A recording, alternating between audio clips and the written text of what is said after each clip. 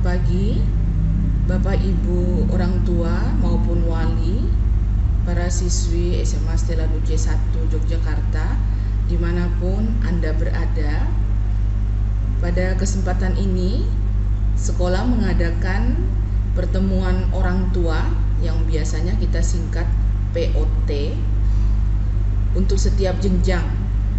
Jadi kelas 1 pertemuan orang tua sendiri, kelas 2 maupun kelas 3 juga ada pertemuan orang tua tersendiri begitu. Setiap tahun 2 kali kita mengadakan pertemuan orang tua begitu. Maka ini pertemuan orang tua yang pertama kali untuk tahun pelajaran 2020-2021. Salam kenal, salam jumpa lagi bagi orang tua yang sudah bersama kami selama 1 tahun, selama 2 tahun, yang putri-putrinya sudah di kelas 11 dan kelas 12. Salam kenal untuk para orang tua yang putrinya baru masuk menjadi siswi kelas 10 di SMA Stella Duce 1 Yogyakarta.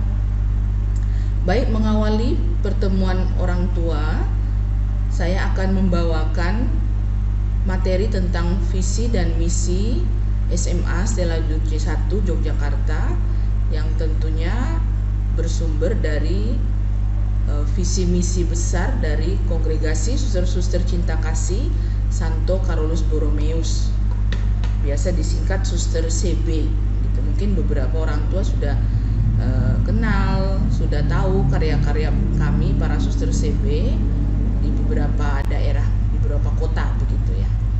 Baik, saya akan mulai dulu dengan perkenalan.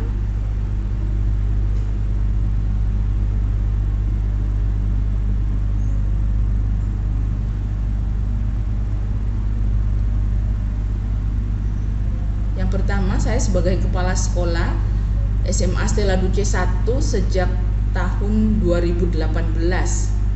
Biasanya kami para suster ketika menjadi kepala sekolah maupun yang awam per 3 tahun gitu ya, bisa diperpanjang biasa 2 periode begitu.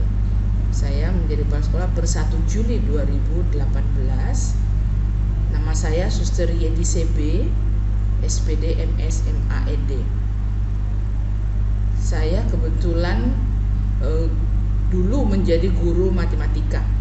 Kemudian saya melanjutkan studi saya juga masteral di bidang matematika, pendidikan matematika begitu. Kemudian saya dibantu oleh para wakil kepala sekolah untuk bidang kurikulum. Ada Pak C. Heri Sulistiawan MPD, beliau yang membantu di dalam perencanaan pembelajaran, mengatur jadwal dan sebagainya. Kemudian ada wakil kepala sekolah bidang kesiswaan, ini dibantu oleh Bu Wiwit Ari Astuti SSI. Beliau ini bersama Pak Heri juga guru matematika gitu ya. Kemudian bidang sarana prasarana ada Pak Dr. Randus Yani Lis Hartanto, biasanya kami panggil Pak Lis gitu ya, nama panggilannya Pak Lis. Pak Lis yang membantu segala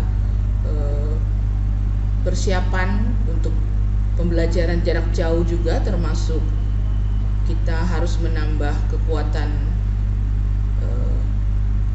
wifi di sekolah. Kemudian beberapa sarana untuk studio rekaman untuk para guru yang akan membuat video pembelajaran. Kami juga menyiapkan 2 ruangan untuk secara standby untuk take video bagi guru-guru yang ingin membuat video pembelajaran begitu. Ini juga sarana-sarana baru yang kita upayakan dalam masa COVID ini begitu. Kemudian ada wakil kepala sekolah bidang humas, ini dipegang oleh Ibu Setiawati Gunawan SPD. biasa kita panggil Memlina ya. Memlina ini mengajar bahasa Inggris. Kalau tadi Pak Lis itu mengajar bidang geografi.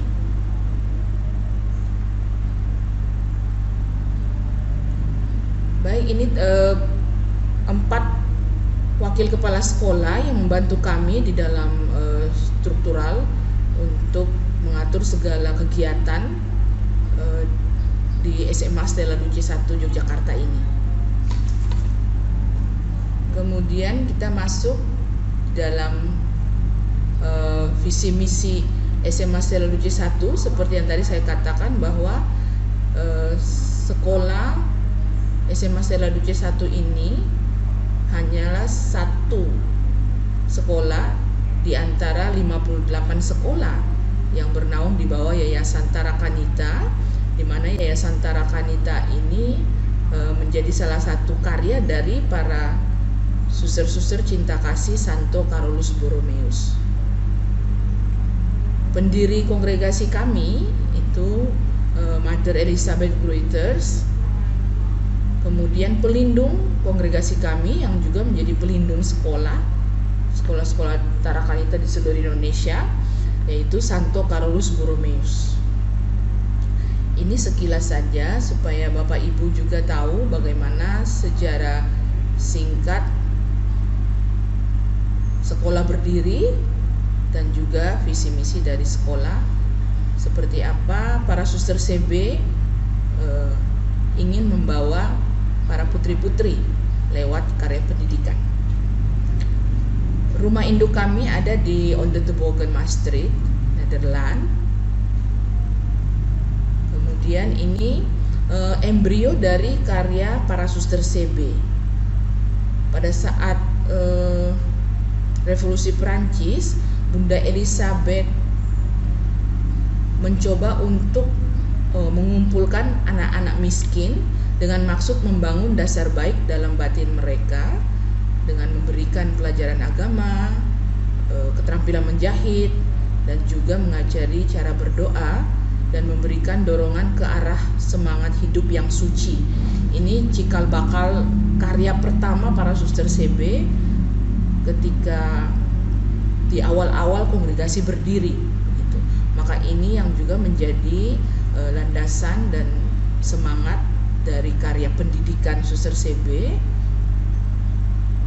Kalau pada saat sekarang tidak hanya secara akademik kami memperhatikan perkembangan para siswi, tetapi juga dari segi rohani, dari segi bagaimana juga keselamatan jiwa. Begitu. Pimpinan Tarakanita Pusat, pimpinan kami Suster Mariose CB. Beliau ini adalah alumna SMA Stella Duce 1 yang akhirnya menjadi suster dan juga bahkan menjadi pimpinan Yayasan Tarakanita Pusat. Begitu. Sejak Suster Yose memutuskan untuk menjadi suster sebagai alumna dari Stella Duce 1, sampai saat ini belum ada lagi yang dari SMA Stella Duce 1 yang memilih untuk menjadi suster. Nah, ini siapa tahu dari putri-putri Bapak Ibu ada yang tertarik atau mau melanjutkan karya kami dengan masuk menjadi suster, bergabung bersama kami sebagai suster CB. Ya, kita doakan saja, siapa tahu ya. Karena kita juga butuh generasi-generasi yang akan meneruskan karya-karya para suster begitu. Kemudian untuk wilayah Yogyakarta ada Suster Felicita CB yang menjadi ketua Tarakanita khusus untuk wilayah Yogyakarta begitu. Kita fokus pada wilayah Yogyakarta, ini ada 8 unit sekolah di bawah Tarakanita, ada TK Tarakanita Bumijo dan juga SD Tarakanita Bumijo, lalu SD Tarakanita Ngembesan, kemudian SMP Stella Duce 1 Dagen, SMP Stella Duce 2 Suryo, SMP Pandawa Ngablak, SMA Stella Duce 1 Yogyakarta unit kita, kemudian SMA Stella Duce 2 Yogyakarta. Ini tampilan sekolah kita. Kalau zaman dulu warnanya masih coklat begitu ya, coklat muda, coklat tua. Sekarang diganti brandingnya menjadi biru semua, sekolah-sekolah Tarakanita begitu. Bagi Bapak Ibu guru, Bapak Ibu wali yang karena pandemi ini belum sempat ke Jogja, ini tampilan sekolah ya, halaman basket, lalu itu di belakang itu ada ruang kelas dan juga perpustakaan di lantai 2. Baik, kita masuk pada visi dan misi sekolah. Visi dari SMA Selalu C1. Baik Bapak Ibu sekalian, kita akan melihat visi dan misi sekolah. Yang pertama, visi, bagaimana SMA Selalu C1 mempunyai visi untuk membentuk kepribadian para peserta didik menjadi pribadi yang utuh, berbela rasa, cerdas, peduli lingkungan, berwawasan kebangsaan, dan berwawasan global. Kemudian visi yang dilakukan untuk mencapai misi yang dilakukan untuk mencapai visi tersebut, yaitu menanamkan nilai-nilai kemanusiaan yang hakiki, khususnya perempuan yang beriman, jujur, adil, disiplin, berbela rasa, santun, dan tangguh. Kemudian melaksanakan proses pendidikan yang kontekstual, kreatif, mandiri, dan bertanggung jawab berasaskan iman Katolik.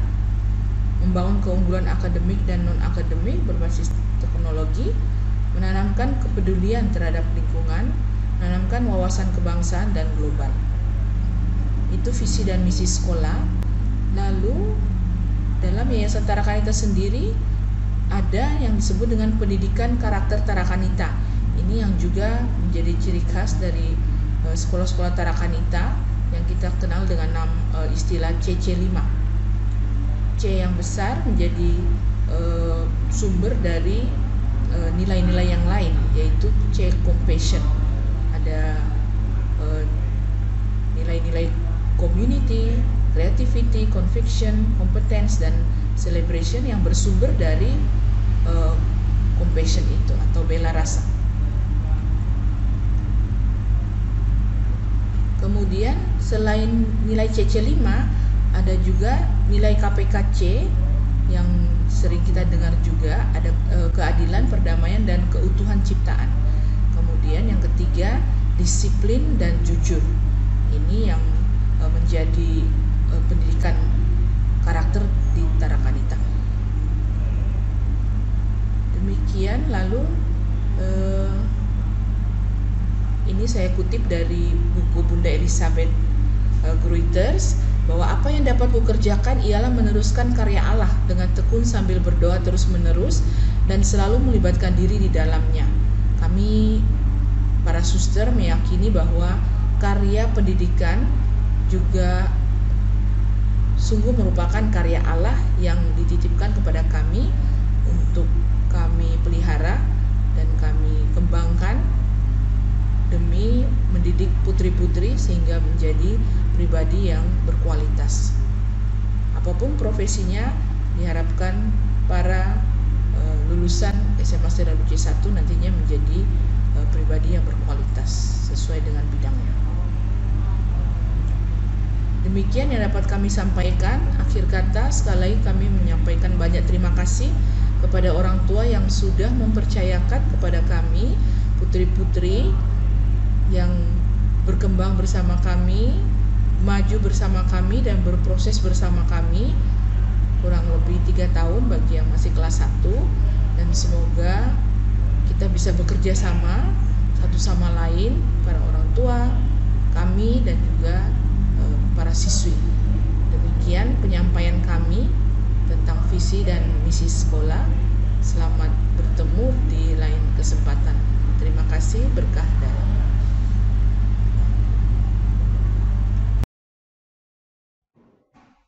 Oke, selamat pagi suster, Bapak Ibu, orang tua atau wali peserta didik SMA Selalu C1 Yogyakarta.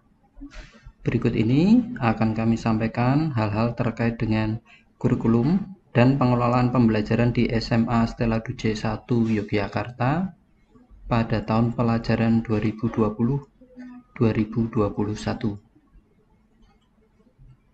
Perkenalkan, nama saya Heri Sulistiawan, biasa dipanggil dengan Pak Heri. Saya sebagai Wakil Kepala Sekolah Bidang Kurikulum dan juga mengampu mata pelajaran matematika. Berikut ini struktur kurikulum. Sampai dengan saat ini belum ada penyederhanaan kurikulum terkait dengan situasi pandemi COVID-19. Sehingga kurikulum yang kita gunakan masih kurikulum 2013 dengan kompetensi dasar yang diajarkan berdasarkan Peraturan Menteri Pendidikan dan Kebudayaan yang nomor 24 tahun 2016. Nah, berikut ini mata pelajarannya. Ini yang warna agak merah ini yang untuk peserta didik kelas 10. Kemudian yang agak hijau ini untuk peserta didik yang kelas 11. Dan yang agak orange ini untuk peserta didik kelas 12. Nah, penyederhanaan terkait dengan pembelajaran jarak jauh ini ada di mata pelajaran pendidikan agama dan pendidikan jasmani yang kalau situasi normal itu 3 JP, dalam PJJ diubah menjadi 2 JP. Nah, jadi hanya berlaku untuk pendidikan agama dan pendidikan jasmani. Kemudian ini lanjutannya. Kalau yang tadi itu kelompok umum, kalau yang ini untuk mata pelajaran ciri khas peminatan, baik yang peminatan MIPA, peminatan IPS maupun peminatan bahasa. Ini jumlah JP-nya dan ini nama mata pelajarannya.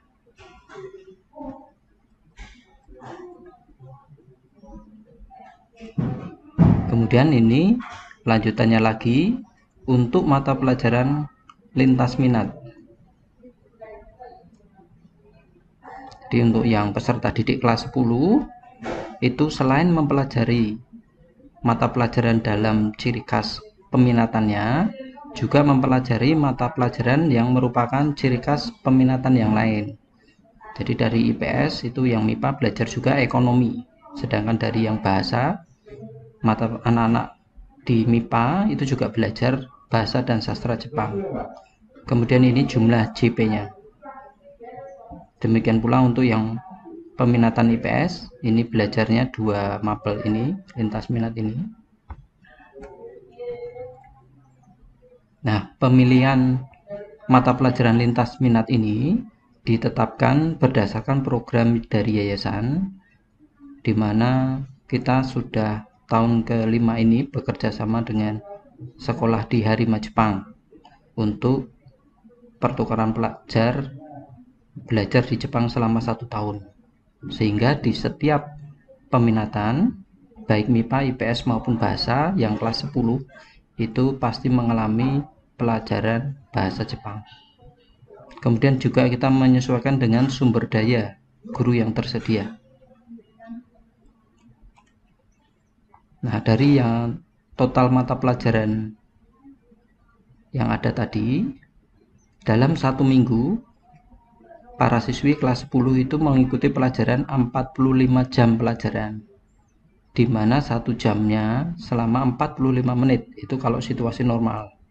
Sedangkan untuk pembelajaran jarak jauh, dengan adanya 2 penyederhanaan tadi yang PJJ untuk agama dan penjas, jumlah jam pelajarannya menjadi 43 jam pelajaran dan tiap jam pelajaran 35 menit. Sedangkan untuk yang kelas 11 dan 12, kalau situasi normal mengikuti 47 jam pelajaran. Sedangkan untuk PJJ mengikuti 45 jam pelajaran.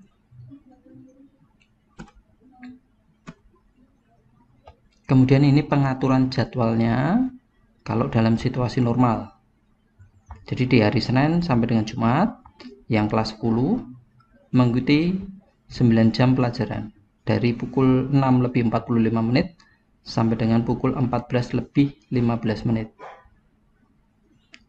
Kemudian kalau yang kelas 11 dan 12 di hari Senin dan Rabu KBM-nya 10 jam pelajaran. Sedangkan Selasa, Kamis, dan Jumat 9 jam pelajaran. Kemudian kalau di dalam situasi normal, tiap hari Selasa di 15 menit awal akan ada gerakan literasi sekolah. Sehingga pulang sekolahnya mundur 15 menit. Kemudian ini pengaturan jadwal KBM terkait dengan pembelajaran jarak jauh. Dari hari Senin sampai dengan Rabu, kelas 10 mengikuti 9 jam pelajaran. Karena tiap jamnya hanya 35 menit, sehingga jam 1 siang sudah selesai. Kemudian yang hari Kamis dan Jumat, yang kelas 10 itu KBM-nya hanya 8 jam pelajaran, sehingga berakhir di pukul 12:25. Kemudian untuk kelas 11 dan 12, dari hari Senin sampai dengan Jumat, mengikuti KBM 9 jam pelajaran, dari jam 7 sampai dengan jam 1 siang. Untuk gerakan literasi sekolah terintegrasi di dalam mata pelajaran. Dan selama PJJ tidak ada kegiatan ekstrakurikuler. Kemudian ini pedoman penilaian dan juga perpindahan kelas peminatan dan kenaikan kelas. Semua informasi juga ada di buku panduan akademik. Ini untuk pengetahuan. Jadi kalau aspek pengetahuan, penilaiannya berasal dari tes tulis, tes lisan, dan juga berasal dari penugasan, baik tugas individu maupun tugas kelompok. Kemudian cara menghitungnya nilai rapor, jadi dari tiap KD, baik itu tes tulis, tes lisan, penugasan, kemudian penilaian tengah semester maupun penilaian akhir semester, bobotnya sama. Dari tiap KD, nilainya diolah menjadi nilai pengetahuan tiap KD. Kemudian dari nilai pengetahuan tiap KD di rata-rata menjadi nilai rapor untuk aspek pengetahuan dengan nilai akhir 0 sampai 100. KKM untuk setiap mata pelajaran kelas 10 75 dengan predikat C. Kemudian KKM untuk kelas 11 untuk setiap mata pelajaran adalah 78. Predikatnya juga C. Kemudian untuk yang kelas 12 KKM-nya adalah 80 dengan predikat juga C. Kemudian ini aspek keterampilan. Penilaian untuk aspek keterampilan berasal dari tes praktek, dari proyek, kemudian juga dari portofolio. Kemudian cara mengolahnya juga mirip dengan yang aspek pengetahuan tadi. Jadi dari tiap KD, baik itu proyek, tes praktek maupun portofolio, bobotnya sama. Kemudian diolah menjadi nilai keterampilan tiap KD, dan dari nilai keterampilan tiap KD di rata-rata menjadi nilai rapor dengan rentang 0 sampai dengan 100. KKM-nya juga sama. Untuk tiap mata pelajaran, untuk aspek keterampilan ini, kelas 10 KKM-nya 75, kelas 11 KKM-nya 78, dan kelas 12 KKM-nya 80. Kemudian ini tabel nilai dan kategori yang nantinya akan muncul di rapor. Kalau tidak tuntas, kategorinya D. Kemudian yang kategori C, kelas 10, rentangnya dari 75 sampai 83. Kalau kelas 11 dari 78 sampai dengan 84, sedangkan kalau kelas 12 dari 80 sampai dengan 86. Dan selanjutnya ini dapat dibaca sendiri. Ini nanti predikat atau kategori dari nilai-nilai yang ada di rapor. Jadi di rapor nanti nilainya muncul dalam bentuk angka, juga dalam bentuk kategori atau predikat. Kemudian ini aspek sikap spiritual dan sosial. Penilaiannya berdasarkan observasi, kemudian juga penilaian diri, penilaian antar teman, dan juga dari jurnal.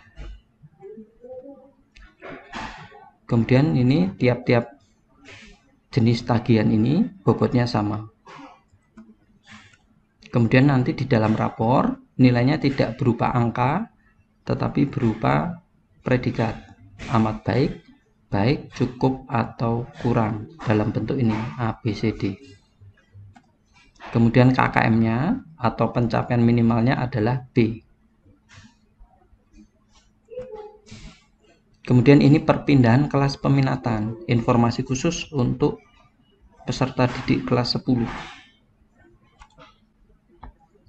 Jadi, siswi dapat mengajukan perpindahan peminatan pada akhir semester 1 setelah menerima rapor dengan langsung menemui wakil kepala sekolah bidang kurikulum.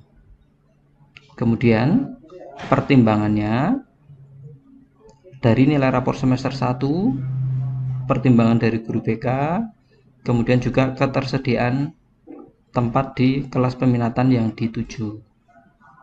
Kemudian dari hasil-hasil yang ada ini kita bawa ke rapat pleno Dewan Guru untuk perpindahan peminatannya ini disetujui atau tidak. Ini terkait dengan ketersediaan kursi. Untuk saat ini kelas bahasa peserta didiknya 37. Jadi kalau dari MIPA atau IPS yang akan pindah ke bahasa ini sudah tidak memungkinkan. Kalau dari IPS atau bahasa mau pindah ke MIPA masih dimungkinkan. Nah, syarat-syarat nilai rapor yang di semester 1 itu untuk mata pelajaran apa saja ada di buku panduan akademik. Kalau pindah dari IPS mau pindah ke MIPA, yang dilihat di rapor nilai mata pelajaran apa ada di buku panduan akademik. Dan nilai mata pelajaran tersebut untuk bagian pengetahuan minimal 81.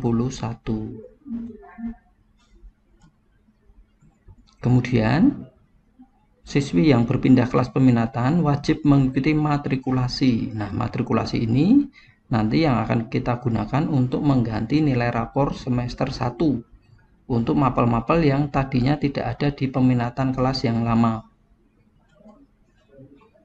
Matrikulasinya untuk mata pelajaran apa saja juga ada di buku panduan akademik. Kemudian ini kenaikan kelas. Informasi untuk siswi kelas 10 dan 11.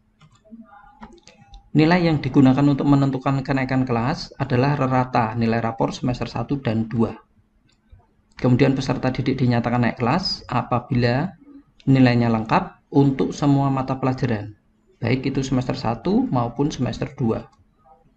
Kemudian memiliki nilai tidak tuntas pada aspek pengetahuan dan keterampilan paling banyak pada 2 mata pelajaran dan bukan pada mata pelajaran khas peminatan, baik untuk aspek pengetahuan maupun aspek keterampilan. Artinya, untuk mata pelajaran ciri khas peminatan, di bagian pengetahuan maupun keterampilan, semua harus tuntas. Untuk penjelasan yang teknis B ini, nanti akan ada slide khusus untuk memberi penjelasan. Kemudian memiliki nilai cukup pada aspek sikap paling banyak pada 2 mata pelajaran dan bukan pada mata pelajaran agama maupun PPKN. Kemudian nilai rapor bagian sikap antar mapel minimal baik. Kemudian nilai ekstrakurikuler wajib untuk kelas 10 dan 11 itu pramuka, dan juga nilai ekstrakurikuler pilihan untuk yang kelas 11 minimal nilainya memuaskan atau B. Dan ini nanti hanya berlaku untuk semester 2 apabila situasi sudah memungkinkan untuk menyelenggarakan kegiatan ekstrakurikuler. Kemudian, ketidakhadiran peserta didik tanpa keterangan maksimal 5% dari jumlah hari efektif. Dan setelah kita hitung, maksimal 11 hari. Peserta didik yang tidak memenuhi kriteria kenaikan dinyatakan tidak naik kelas.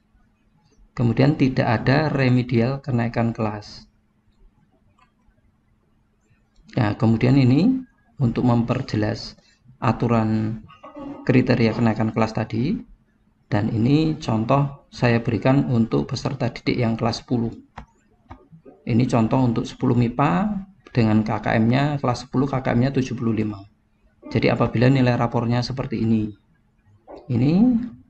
nilai yang tidak tuntas di bagian keterampilan hanya ada satu, yaitu biologi. Tetapi biologi ini adalah mata pelajaran ciri khas MIPA, sehingga ini melanggar aturan di mana semua nilai pengetahuan dan keterampilan di mapel ciri khas peminatan harus tuntas. Karena ini terganjal aturan itu, maka kalau seperti ini kasusnya dinyatakan tidak naik kelas. Contoh kedua, misalnya ini dari IPS, kelas 10 IPS, KKM-nya juga 75. Apabila nilai rapornya seperti ini, kalau dilihat ini ada 3 buah nilai yang tidak tuntas. 2 berasal dari keterampilan dan 1 berasal dari pengetahuan.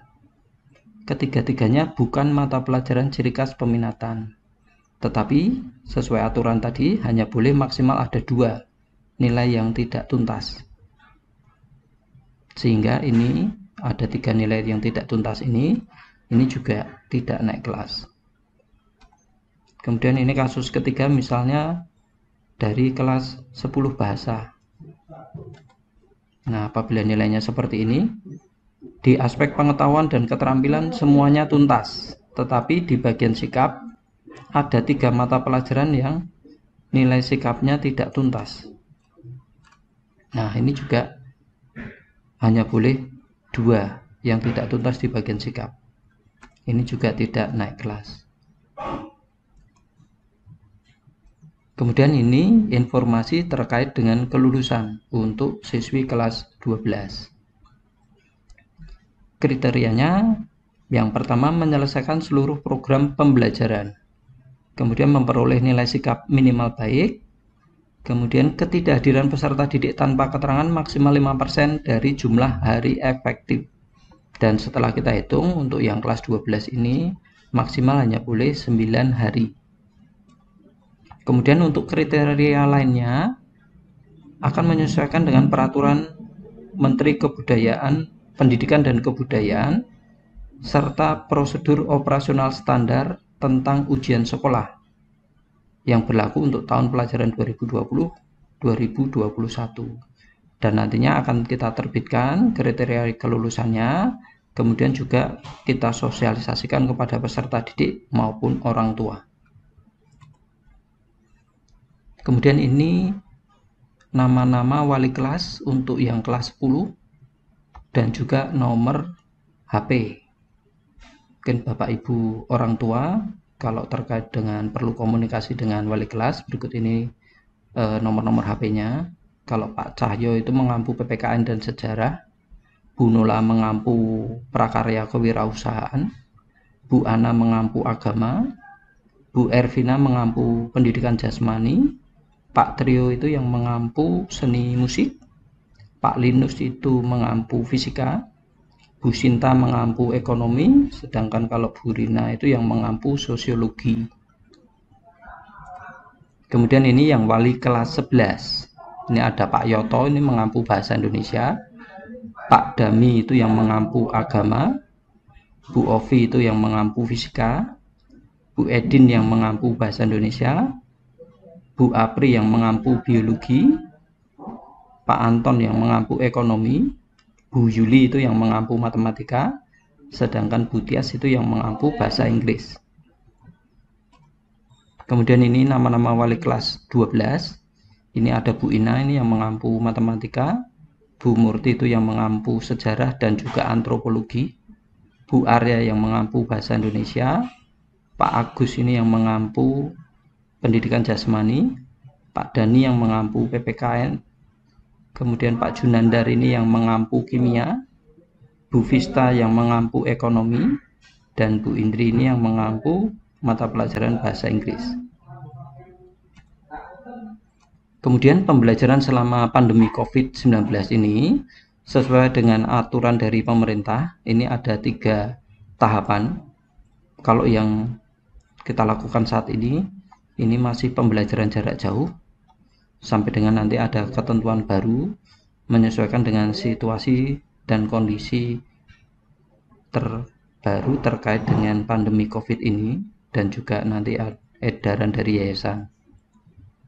Kemudian nanti apabila situasi sudah mulai kondusif, akan ada pembelajaran yang modelnya di masa transisi. Itu kombinasi dari pembelajaran tatap muka dan pembelajaran jarak jauh. Aturannya di tiap kelas maksimal yang tatap muka hanya 18 peserta didik dan sisanya mengikuti pembelajaran secara PJJ. Kemudian nanti yang kita rencanakan untuk yang tatap muka nanti secara bertahap, dimulai dari peserta didik yang berada di DIY, karena 50% peserta didik SMA setelah DJ1 itu berasal dari luar DIY. Kemudian setelah dari masa transisi ini nanti juga ada pembelajaran di masa kebiasaan baru. Ini juga sama modelnya, kombinasi antara tatap muka dan juga PJJ. Nah, kalau yang ini nanti sudah kita buat giliran dalam setiap hari maksimal 18 peserta didik yang berada di ruangan dan secara bergantian. Kemudian ini informasi tambahan, nomor telepon sekolah, nomor fax sekolah, kemudian email sekolah, kemudian ini juga ada web sekolah, dan petugas TU Keuangan. Ini petugas TU Keuangan kita baru, namanya Ibu Tri, dan ini nomor HP-nya. Jadi untuk Bapak Ibu orang tua, kalau ingin memberikan informasi atau menanyakan terkait dengan hal-hal keuangan, dapat menghubungi Ibu Tri ini. Nah, sekian dan terima kasih atas perhatian Suster, Bapak Ibu orang tua atau wali dari peserta didik SMA Stella Duce 1 Yogyakarta.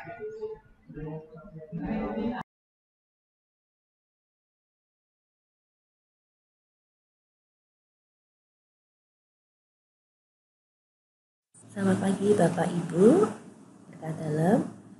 Perkenankan pagi hari ini saya akan mensosialisasikan tentang peraturan dan tata tertib serta kegiatan untuk para siswi selama 1 tahun ajaran mendatang, yaitu tahun 2020-2021.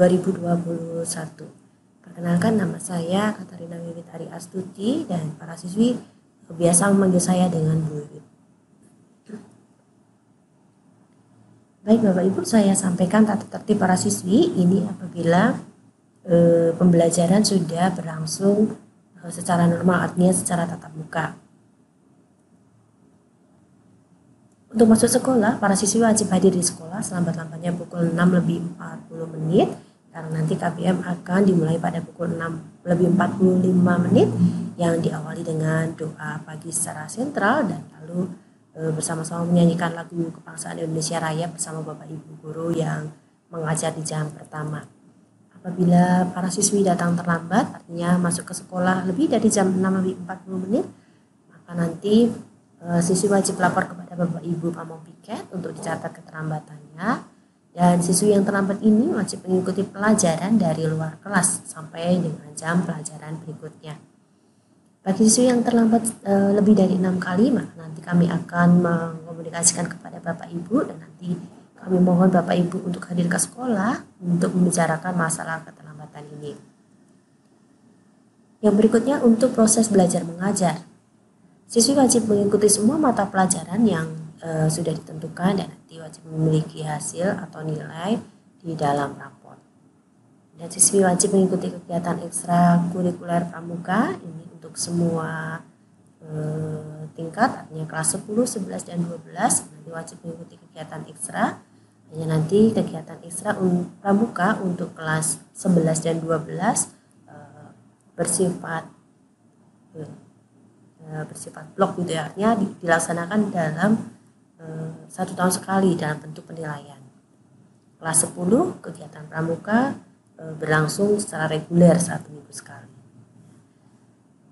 Selain itu nanti siswi diperkenankan memilih 1 kegiatan ekstrakurikuler pilihan. Nanti kegiatan ekstrakurikuler akan kami sampaikan kemudian.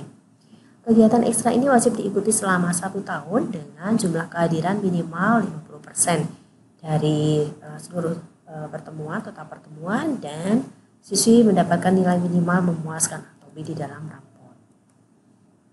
Untuk proses belajar mengajar, siswi tidak diperbolehkan menggunakan HP selama KBM. Selama pembelajaran di kelas, HP akan disimpan di lemari masing-masing kelas dan dikunci. Dan kecuali apabila Bapak Ibu guru nanti selama proses pembelajaran menggunakan HP, menggunakan alat komunikasi untuk mengakses internet, misalnya untuk mencari informasi dari internet, maka nanti wajib siswi boleh menggunakan HP selama itu dalam pantauan Bapak Ibu guru. Apabila nanti siswi kedapatan membawa atau mengaktifkan HP selama KBM, maka nanti HP akan disita selama 2 minggu. Dan untuk pengambilan HP, para siswi harus membuat surat pernyataan yang harus ditandatangani oleh Bapak Ibu. Siswi diperbolehkan atau diizinkan menggunakan HP pada saat istirahat kedua. Karena nanti Bapak Ibu bisa berkomunikasi atau menghubungi putri Bapak Ibu apabila pada jam istirahat kedua. Siswi dilarang memperpanjang liburan dengan pulang mendahului atau terlambat masuk sekolah. Ini mohon perhatian untuk Bapak Ibu yang domisilinya mungkin di luar DIY ataupun di luar Jawa, gitu ya.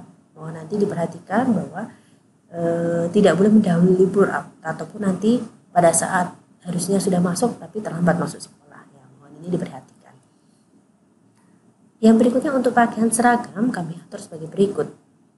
Hari Senin nanti seragam para siswi adalah blus putih lengan panjang, bed OSIS, ya. Lalu bawahnya adalah rok abu-abu, lengkap nanti menggunakan ikat pinggang dan kaos kaki berlogo Tarakanita. Hari Selasa seragam siswi adalah blus putih lengan pendek, kemudian rok abu-abu, ikat pinggang hitam, dan kaos kakinya berlogo Tarakanita.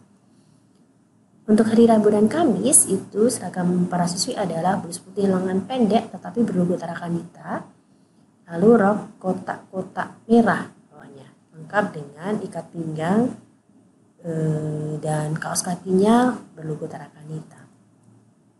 Hari Jumat seragam para siswi adalah blus putih lengan pendek dengan bawah rok kotak-kotak biru lengkap dengan ikat pinggang, bednya OSIS, lalu kaos kakinya berlogo Tarakanita. Untuk tanda lokasi dan pin merah putih sudah langsung terpasang di dalam hem seragam. Lalu seragam misa sekolah itu atasnya menggunakan blus putih lengan panjang, lalu bawahnya adalah rok kotak-kotak biru lengkap menggunakan ikat pinggang dan kaos kaki berlogo Tarakanita. Upacara bendera seragamnya adalah blus putih lengan panjang, lalu bawahnya rok abu-abu lengkap dengan ikat pinggang hitam dan kaos kaki berlogo Tarakanita. Kamis Pahing ini adalah penanggalan atau kalender Jawa. Setiap 35 hari sekali seluruh sivitas akademi di daerah istimewa Yogyakarta wajib menggunakan baju adat Gagrag Yogyakarta, yaitu kebaya lengan panjang atau minimal 3/4 panjang lengan dan bawahnya jari kaya Yogyakarta panjang sampai dengan mata kaki. Maka nanti mohon perhatian untuk Bapak Ibu yang mungkin ada di luar Jawa, nanti apabila nanti KBM sudah normal kembali ke sekolah secara tatap muka, mohon disiapkan untuk baju adat atau kebaya dan jari. Kemudian sepatu para siswi adalah sepatu kets putih, tidak beraksesoris dan bertali putih juga, dan kaos kaki berlogo Tarakanita. Ukuran rok tidak terlalu sempit atau ketat dan panjang rok minimal 5 cm di bawah lutut. Dan berikut Bapak Ibu akan kami sampaikan beberapa foto atau gambar seragam para siswi. Ini adalah gambar atau foto seragam hari Senin. Hari Senin dan upacara. Kalau upacara wajib menggunakan topi. Hari Selasa sama dengan hari Senin, hanya nanti atasnya adalah blus putih lengan pendek untuk yang hari Selasa. Ini adalah seragam hari Rabu dan Kamis. Menggunakan blus putih, tapi bednya Tarakanita, lalu bawahnya rok kotak-kotak merah. Ini adalah seragam khas dari Tarakanita nasional, secara nasional. Sedangkan ini adalah seragam hari Jumat. Atasannya hem lengan pendek, perforces, bawahnya adalah rok kotak-kotak biru. Ini adalah rok seragam kebanggaan SMA Strategis 1, kotak-kotak biru. Lalu ini adalah seragam kamis pahing atau baju adat Gagrang Ngawi Yogyakarta, pakai kebaya dan bawahnya adalah jarik panjang sampai dengan mata kaki. Lalu ini adalah seragam pramuka, bawahnya bisa rok coklat ya, rok bentuknya rok ataupun yang bentuk kulot, jadi bisa bentuk rok celana ya, bisa celana bisa rok itu kulot boleh, ataupun rok saja, bentuk rok saja juga diperbolehkan. Kemudian aksesoris dan tata rias rambut, siswi tidak diperkenankan berhias berlebihan ya, diharapkan di sekolah wajar bersahaja dan rapi. Tidak diperbolehkan siswi mempunyai tindik dua atau menggunakan anting dua, artinya telinga ditindik dua gitu ya, telinga ditindik dua kanan kiri jadi 4 gitu, tidak diperbolehkan itu. Siswi dilarang mengecat rambut selain dengan warna aslinya dan memotong rambut dengan model yang tidak wajar.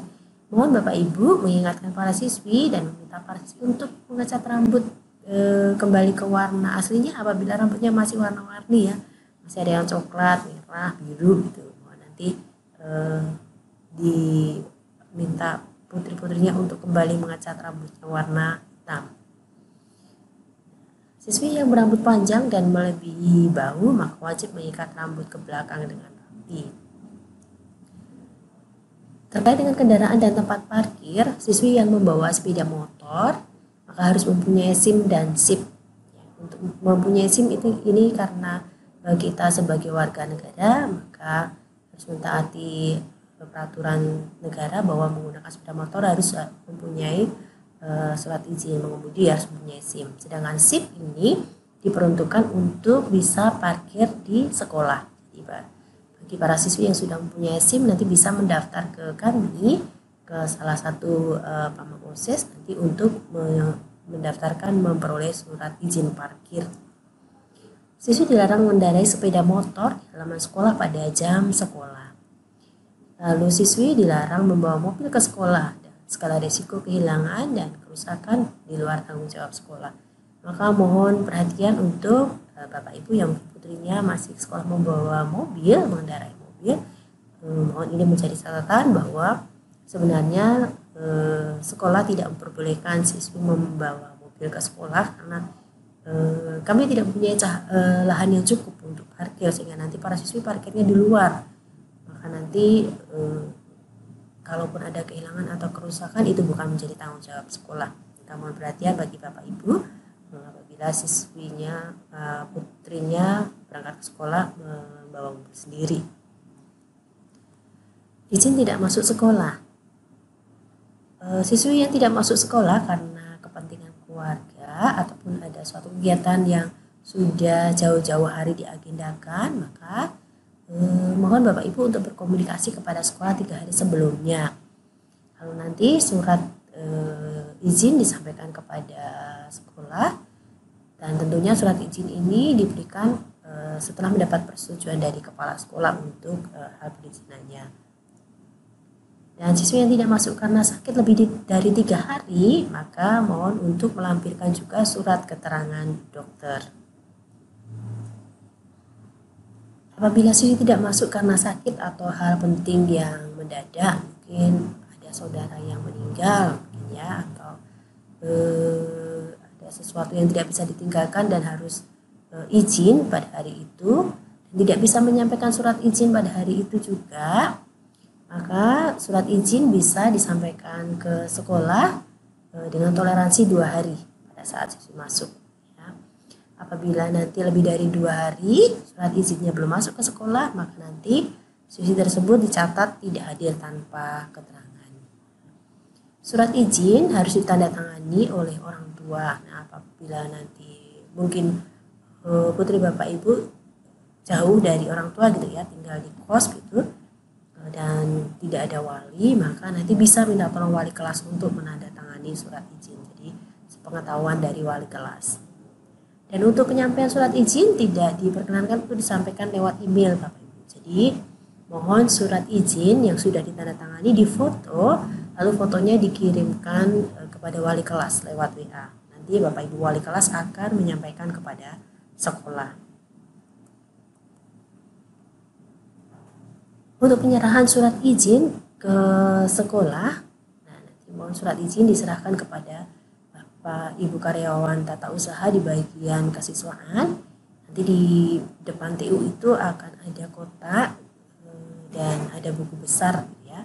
Nanti silahkan surat izinnya diletakkan di kotak, lalu nanti Bapak Ibu yang menyerahkan surat izin itu mohon untuk menulis di buku besar itu untuk identitas siswi dan siapa yang menyerahkan surat itu. Ya, makanya nanti buku itu akan menjadi salah satu bukti apabila nanti di kemudian hari ada masalah mungkin ya tentang banyaknya jumlah izin ataupun siswi yang tercatat tidak hadir tanpa keterangan bahwa ternyata di buku ini ternyata menyerahkan surat izinnya, itu bisa menjadi bukti cross check kami. Untuk syarat kenaikan kelas, ketidakhadiran siswi tanpa keterangan maksimal 5% dari jumlah efektif dalam 1 tahun ya.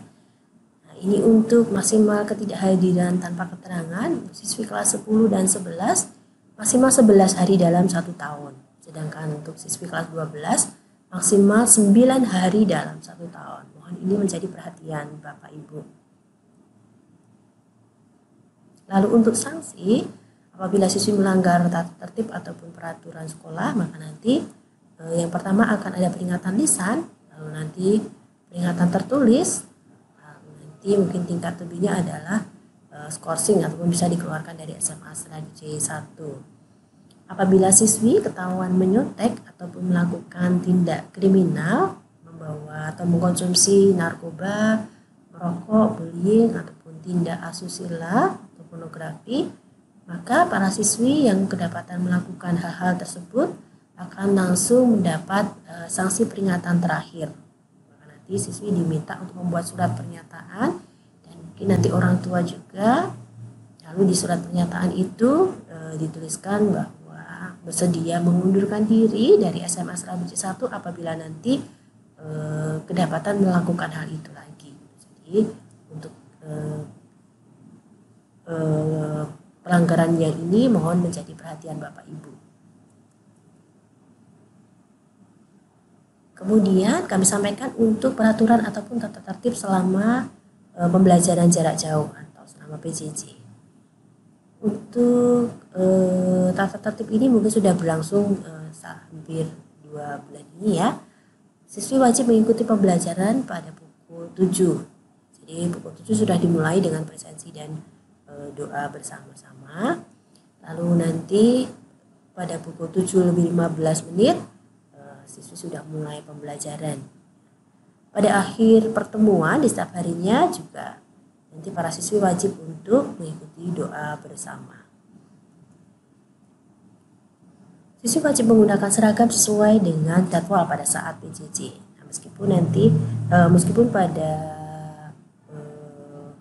realnya, pada kenyataannya, apalagi yang kelas 10 ya Bapak Ibu, para siswi banyak yang belum mengambil seragam ya, ataupun nanti yang kelas 11 dan 12 mungkin sudah pulang kampung ya, seragamnya ditinggal di kos gitu. Untuk siswi yang belum mempunyai seragam atau seragamnya tidak terbawa saat pulang, tidak dibawa, maka nanti siswi bisa menggunakan hem yang berkerah secara resmi selama mengikuti pembelajaran. Siswi berpenampilan bersih, rapi, dan rambut juga rapi, jadi rambut yang panjang juga wajib diikat ke belakang. Siswi yang tidak bisa mengikuti pembelajaran karena sakit atau kepentingan mendesak, maka mohon untuk menyampaikan atau menginformasikan kepada Bapak Ibu wali kelas, dan jangan lupa untuk menyerahkan surat izin ke sekolah. Seperti tadi, surat izinnya difoto lalu disampaikan kepada Bapak Ibu wali kelas. Nanti Bapak Ibu wali kelas akan menyampaikan kepada kami. Siswi yang tidak masuk tanpa keterangan sampai 6 kali, maka nanti kalaupun bisa dimungkinkan untuk mohon Bapak Ibu datang ke sekolah atau yang jelas nanti kami akan mengkomunikasikan kepada Bapak Ibu perihal tentang ketidakhadiran siswi tanpa keterangan, dan nanti kami mohon Bapak Ibu untuk membuat surat pernyataan. Untuk kegiatan ekstrakurikuler seperti yang sudah kami singgung tadi, untuk kegiatan ekstrakurikuler yang wajib adalah pramuka. Untuk kelas 11 dan 12 sistem blok, jadi hanya dilaksanakan sekali dalam setahun dan bentuknya adalah penilaian pramuka. Sedangkan yang kelas 10 ini berjalan reguler, artinya ada pertemuan setiap seminggu sekali. Nah, untuk yang kelas 10 karena kegiatan wajibnya adalah pramuka, maka nanti tidak wajib memilih kegiatan ekstrakurikuler yang lain. Karena ada 16 kegiatan ekstrakurikuler pilihan. Kalaupun kelas 10 sudah memilih pramuka, tidak wajib memilih kegiatan ekstrakurikuler pilihan yang lain. Tapi apabila ingin memilih kegiatan satu lagi, mungkin mau benar-benar berminat di situ dan senang di situ, diperbolehkan. Untuk yang kelas 11, karena kegiatan wajib pramukanya hanya dilakukan sekali dalam setahun, maka pilihan ini menjadi pilihan yang wajib.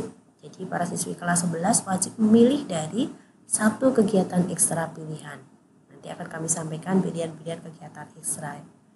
Sedangkan yang kelas 12 hanya wajib mengikuti kegiatan pramuka sekali dalam setahun, tapi tidak memilih kegiatan ekstrakurikuler pilihan.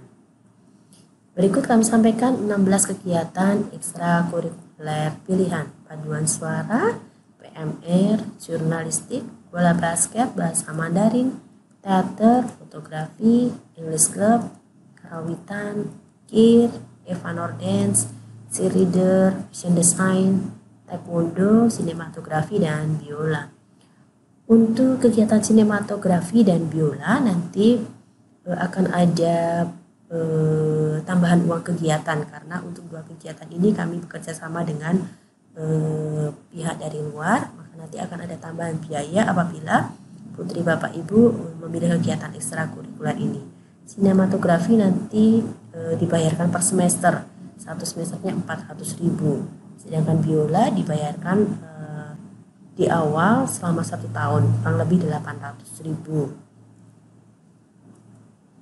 Lalu ada komunitas Wias TC, ini adalah komunitas para siswi yang bergabung memberikan support kepada para siswi, lebih-lebih yang bertanding basket untuk kelompok basket, karena kegiatan ekstrakurikuler atau kegiatan unggulan kita adalah kegiatan basket. Maka WACC ini adalah komunitas supporter yang nanti akan mensupport, mendukung pertandingan basket para siswi. Asuransi, seluruh siswi SMA Stadium 1 itu sudah diasuransikan melalui program Siswaku atau Bumi Putra.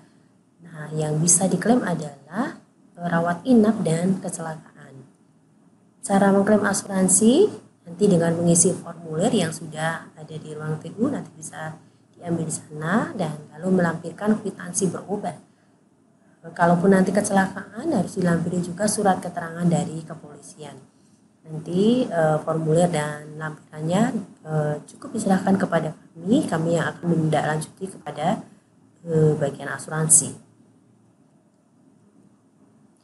Lalu untuk kegiatan para siswi, karena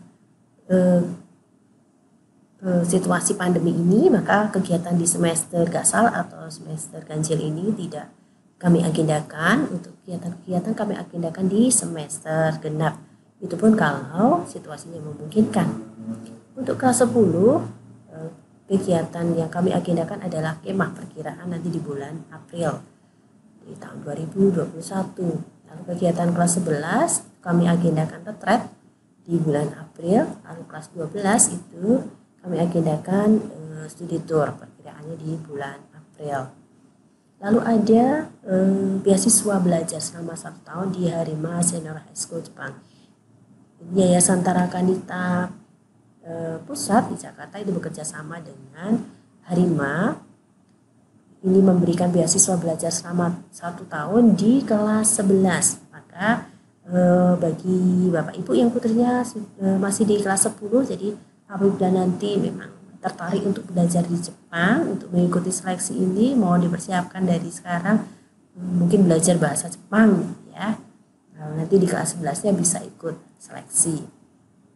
Ini masih ada siswi kita yang di Jepang karena belum bisa pulang ke Indonesia karena situasi ini, mestinya sudah selesai beasiswanya tapi belum bisa pulang, dan sudah ada 2 siswi yang menunggu sebenarnya yang harus ke Jepang, tapi karena situasi juga belum bisa berangkat ke Jepang.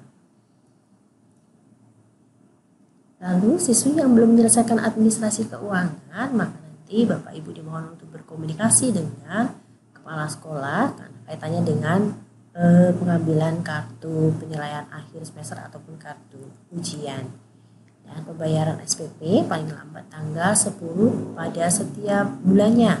Untuk pembayaran SPP menggunakan virtual account melalui Bank Mandiri.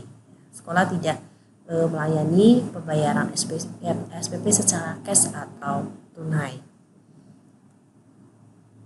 Lalu siswi wajib mengembalikan buku-buku pinjaman perpustakaan sebelum kenaikan kelas ataupun sebelum kelulusan. Begitu Bapak Ibu yang bisa kami sampaikan untuk bagian kesiswaan. Terima kasih banyak atas perhatiannya dan selamat pagi.